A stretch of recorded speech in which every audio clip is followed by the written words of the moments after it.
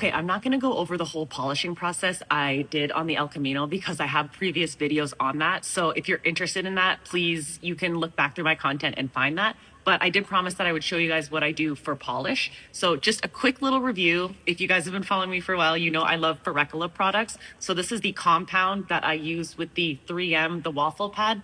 This is the Perfect It compounding pad. So this was my first step. Again, you can look back through some of my older videos and find it specifically on this El Camino. And this is a process that I always use. So you can go back and watch that. But now that we are done and assembled, the car is ready to go. Everything is like good. So the last thing that I do before we roll it on the trailer is I will go over the car with a polish. So I'm using, again, Ferrecula G360. This is a polish. So remember, compound, you need compound to get rid of the sanding scratches. Polish is just going to give it that little bit of extra finesse, right? Gives it kind of that little bit of a shine and really just removes any kind of swirl marks that you might have from a coarser pad and a compound. And then I'm also using a 3M pad. This is the polishing pad. I'm doing this stage with my rotary.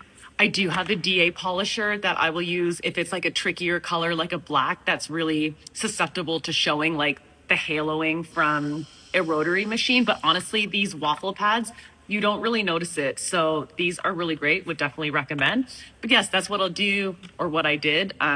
Ready to roll on the trailer. I do this last because I don't have to worry about like fingerprints or leaning on it when I'm putting trim on. This is kind of like, do this, wipe it, roll it into the trailer.